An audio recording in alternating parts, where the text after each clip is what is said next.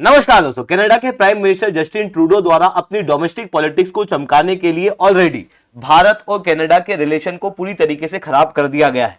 अब कनाडा के prime minister अपनी बात को बस सही प्रूव करना चाह रहे हैं और उसके लिए वो भारत और बाकी वेस्टर्न कंट्रियों के रिलेशन भी खराब करने के लिए तैयार हैं। ये क्लियरली अभी हम लोग को देखने को मिल रहा है जब कनाडा के एक स्टेट एजेंसी द्वारा रिपोर्ट तैयार की गई जिसके अंदर भारत को एक साइबर थ्रेट बताया गया उन कंट्रियों के साथ जिसमें ईरान, नॉर्थ कोरिया जैसे देश शामिल थे। इवन चाइना, रशिया जैसे देश जो कनाडा सबसे बड़े दुश्मन मानता है जिन देशों को, उनके साथ में भारत को इस लिस्ट के अंदर डाला गया और भारत को एक साइबर थ्रेट बताया गया।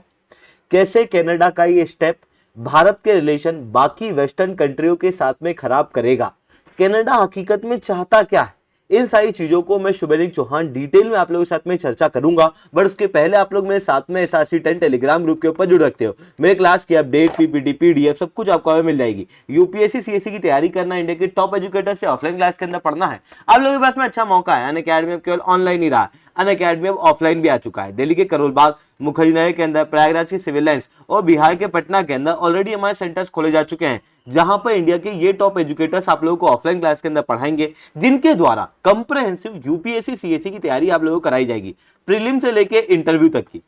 और आप लोगों को एक बहुत ही राज की बात बताना चाहूंगा, अनअकैडमी द्वारा ऑफलाइन सेंटर के प्राइजेस को भी कम कर दिया गया है दिवाली के समय पे। जो कोर्स अभी तक 1,20,000 के अंदर बच्चों को मिलता था, वही कोर्स 4 नवंबर तक अगर आप अपनी सीट को बुक करते हो तो आपको 59,999 के अंदर मिलेगा। अब आप कहोगे सर दिवाली के समय पे हम ऑफलाइन सेंटर जाके इस सीट को बुक करें कैसे, हमारे घर पे तो त्योहारों का समय। आप कॉल पे भी इस काम को कर सकते हो, यहाँ पे मैंने एक नंबर दिया हुआ है, उसके जरिए आप हमारी टीम को कनेक्ट कर सकते हो और अपनी सीट को बुक कर सकते हो। चलिए दोस्तों, अब समझने का प्रयास करते हैं यहाँ पे हुआ क्या है। देखो, रिसेंटली कनाडा जब भारत के ऊपर लगातार आरोप लगा रहा था खालिस्तानी टेररिस्ट को मारने के बिना किसी प्रूफ के आधार पर, इनका कहना था कि भाई हमारे पास तो केवल इंटेलिजेंस है, जिसके बाद भारत और कनाडा के रिलेशन काफी खराब होते हुए दिखाई दिए, जिसके कारण से भारत के अंदर भी एंटी कनाडा सेंटीमेंट्स जो है वो देखने को मिले। इस बीच में एक प्राइवेट ऑर्गेनाइजेशन जिसका भारत सरकार से कोई लेना देना नहीं था, उसने कनाडा की एक वेबसाइट को हैक कर लिया। कुल मिला के एक साइबर अटैक किया, एक नॉर्मल साइबर अटैक जो कि वेस्टर्न कंट्रियों द्वारा आए दिन डेवलपिंग कंट्रियों के ऊपर किया जाता है। एक नॉर्मल साइबर अटैक जो कि यूनाइटेड स्टेट्स ऑफ अमेरिका शायद रोज ही किसी न किसी कंट्री के अंदर परफॉर्म करता होगा।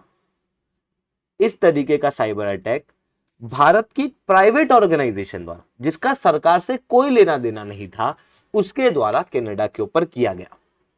कनाडा ने इसी मुद्दे को बहुत हवा बनाया जो कि वो लगातार करते आ रहे हैं और इस बीच में उन्होंने अपनी एक रिपोर्ट निकाली जिसके अंदर उन्होंने कहा कि हम भारत और कनाडा के जो बायलैटरल ऑफिशियल रिलेशन है उन्हें जज करते हैं और जज करके हमको ऐसा लगता है कि कनाडा के ऊपर भारत के द्वारा स्टेट स्पॉन्सर साइबर थ्रेट है। इतना ही नहीं, भारत के द्वारा आने वाले समय में और भी ज्यादा अटैक कनाडा के ऊपर किए जा सकते हैं। इन्होंने कहा कि भारत ग्लोबल लेवल पे एक नया पावर सेंटर होना चाहता है।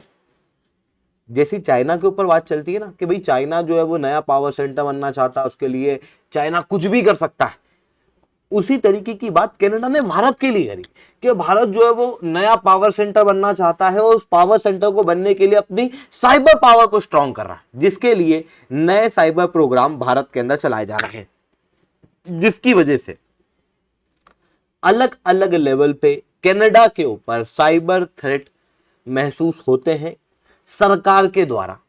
और उसके बाद इन्होंने एक लिस्ट निकाली जिस लिस्ट के अंदर इन्होंने अपने जो एडवर्सरीज हैं उनके नाम लिखे। उसमें China, Russia, Iran, north Korea जैसे देश थे जिनको पूरा वेस्टर्न वर्ल्ड अपना दुश्मन मानता है। इस लिस्ट के अंदर भारत का भी नाम कनाडा ने डाल दिया। अब ये अपने आप में एक बहुत ही कंसर्निंग न्यूज है, क्योंकि अगर आप थोड़ा भी जियोपॉलिटिक्स को फॉलो करते होंगे तो आपको ये पता होगा कि एक तरफ ये 4 देश हैं, दूसरी तरफ वेस्टर्न वर्ल्ड है। इन दोनों के बीच में आपस में कॉन्फ्लिक्ट देखने को मिलता है। इंडिया कहीं बीच में लाया करता है, जो एक बहुत ही इंपॉर्टेंट फ्रेंड है वेस्टर्न कंट्रियों के लिए चाइना को काउंटर करने के लिए। ये यूएस भी कह चुका है, ये बाकी वेस्टर्न कंट्री भी कह चुकी है, और इवन ये दूसरी डेवलपिंग कंट्री मानती है, इवन ताइवान भी ये बात मानता है कि भारत जो है वो चाइना को काउंटर करने में बहुत ज्यादा इंपॉर्टेंट है। अगर आप जियोपॉलिटी को थोड़ा भी फॉलो करते होगे तो आपको ये पता होगा कि यार क्वाड का फॉर्मेशन क्यों हुआ, आपको पता होगा I2U2 का फॉर्मेशन क्यों हुआ, और आपको IPEC के बारे में भी पता होगा। इन सब के अंदर भारत जुड़ा, इन सब के अंदर कहूं तो यूनाइटेड स्टेट्स ऑफ अमेरिका ने भारत को जोड़ा, क्योंकि भारत की जरूरत वेस्टर्न वर्ल्ड को है चाइना को काउंटर करने के लिए। बट वहीं कनाडा, जहां पूरा वेस्टर्न वर्ल्ड भारत के साथ में अच्छे रिलेशन बनाना चाहता है, कनाडा भारत के रिलेशन वेस्टर्न वर्ल्ड के साथ खराब करना चाह रहा है। आप इस चीज को महसूस करना कि जब भारत ने S-400 खरीदा, भारत के ऊपर कोई काटसा नहीं लगा, जबकि नाटो का ही मेंबर टर्की जब S-400 खरीदता है तो उसके ऊपर काटसा लग के सैंक्शन लग जाते हैं। भारत के ऊपर सैंक्शन क्यों नहीं लगे? क्योंकि यूनाइटेड स्टेट्स ऑफ अमेरिका की जियोपॉलिटिक्स के अंदर भारत एक बहुत इंपॉर्टेंट रोल प्ले कर रहा है आज के समय पे। बट कनाडा अपनी डोमेस्टिक पॉलिटिक्स के अंदर इस तरीके से उलझा हुआ है कि इस वाइडर पिक्चर को देख नहीं पा रहा। अब अगर ये जो एलिगेशन कनाडा द्वारा लगाए गए, आई एम डैम श्योर कि अब कनाडा जो है वो फाइव आइज के पास जाएगा, क्योंकि कनाडा फाइव आइज का एक इंपॉर्टेंट मेंबर है और मांग करेगा कि भारत के ऊपर नजर रखो। ऑलरेडी कनाडा ने भारत की सीक्रेट डाटा जो है वो फाइव आइज के साथ शेयर किए हुए हैं, जो कि कनाडा को नहीं करना चाहिए था।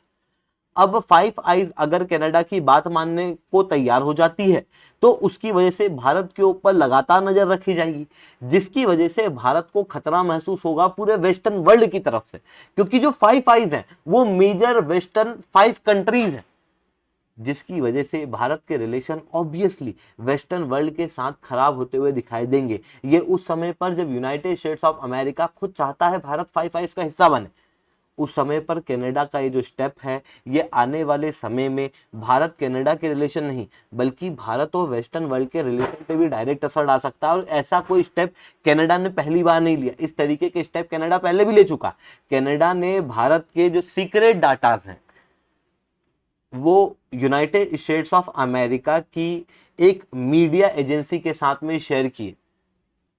कनाडा के ऑफिशियल्स ने ही इस चीज को माना है और कनाडा के ऑफिशियल्स ने कहा कि भाई भारत के अंदर हो रहा था कि भारत की जो मीडिया है वो कनाडा के खिलाफ मिस इन्फॉर्मेशन फैला रही थी।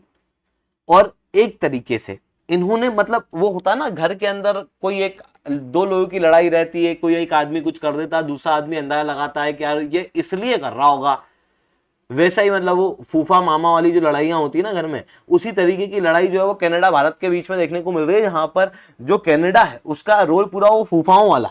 कनाडा के दिमाग में क्या आ रहा कि भाई ये फेक इंफॉर्मेशन जो है मार्केट के अंदर फैल रही है, ये हो ना हो भारत सरकार द्वारा फैलाई जा रही है, मतलब हमारे ऊपर जो है वो इंफॉर्मेशन वॉरफेयर हो रहा है। इन्होंने ये दिमाग लगाया और फिर उसके बाद ये जानकारी वॉशिंगटन पोस्ट को शेयर कर दी as a response to the information warfare, as a response to psy warfare, जबकि ओरिजिनल में ऐसा था ही नहीं। इवन यहां पर एक और नया कंसर्न ये भी उभर के आता है कि ग्लोबल लेवल की मेजर वेस्टर्न मीडिया एजेंसी किस तरीके से वेस्टर्न नैरेटिव को क्रिएट करने के लिए टूल्स के रूप में यूज की जाती है, साइ वॉरफेयर के अंदर यूज की जाती है। तो ये चीज कनाडा के द्वारा की गई। अब जब कनाडा ने इस तरीके का स्टेप लिया तो उसकी वजह से भारत के रिलेशन यूएस के साथ में भी इंपैक्ट होंगे और वही चीज की वजह से भारत और वेस्टर्न कंट्रियों के जो रिलेशन है वो खराब होते हुए दिखाई दे रहे हैं। इस बीच में देखो एक और समस्या भारत के साथ में ये भी आ रही है कि यूनाइटेड स्टेट्स ऑफ अमेरिका के अंदर आज जो सरकार है वो कोई मजबूत सरकार नहीं है, वो एक प्रकार की कमजोर सरकार है, जिसके द्वारा स्ट्रांगली कनाडा के खराब एक्शन के ऊपर कोई रिस्पॉन्स नहीं दिया जा रहा। आप जो बाइडेन के कोई भी स्टेटमेंट कनाडा के खिलाफ मेजर रूप से नहीं देखोगे। इवन कनाडा से रिलेटेड जब सेक्रेटरी से सवाल पूछे जाते हैं तो आप एक बार देखो यूनाइटेड स्टेट्स ऑफ अमेरिका के सेक्रेटरीज किस तरीके का जवाब देते हैं। रिसेंटली आप लोगों को याद होगा भारत के होम मिनिस्टर, तत्कालीन होम मिनिस्टर, आज के होम मिनिस्टर अमित शाह का के ऊपर भी कनाडा द्वारा आरोप लगाया गया था कि इनका इन्वॉल्वमेंट है कनाडा के अंदर जो खालिस्तानियों के मर्डर हो रहे हैं उसके अंदर यही सवाल पूछा गया कि क्या इस तरीके के एलिगेशन कनाडा को भारत के मेजर मिनिस्टर, कैबिनेट मिनिस्टर के खिलाफ बिना किसी प्रूफ के लगाने चाहिए। तो एम.आर. मिलर ये कहते हैं कि गवर्नमेंट ऑफ कनाडा के जो एलिगेशन है वो कंसर्निंग है और हम कनाडा की सरकार से कंसल्ट करेंगे इन एलिगेशन को लेके। यहाँ कोई स्ट्रॉन्ग स्टेप नहीं लिया गया। ऐसी कंडीशन में यूनाइटेड स्टेट्स ऑफ अमेरिका के अंदर मेरे को लगता है कि एक स्ट्रॉन्ग सरकार के आने की आवश्यकता है अगर वेस्टर्न वर्ल्ड को सच में यूनाइट होना है रशिया, चाइना जैसे देशों के खिलाफ। आई होप ये सारी बातें आपको समझ में आई होगी। लेक्चर अच्छा लगा हो लाइक करना, लेक्चर बहुत अच्छा लगा नीचे 7 से 10 कमेंट करना। यूपीएससी सीएससी की तैयारी करना, इंडिया के टॉप एजुकेटर से ऑफलाइन क्लास के अंदर पढ़ना, आप लोगों के पास में अच्छा मौका है। अनअकैडमी केवल ऑनलाइन ही रहा, अनअकैडमी ऑफलाइन भी आ चुका है। अगर आपको मेरा ऑफलाइन सेंटर देखना है तो इस वीडियो को एंड तक देखना।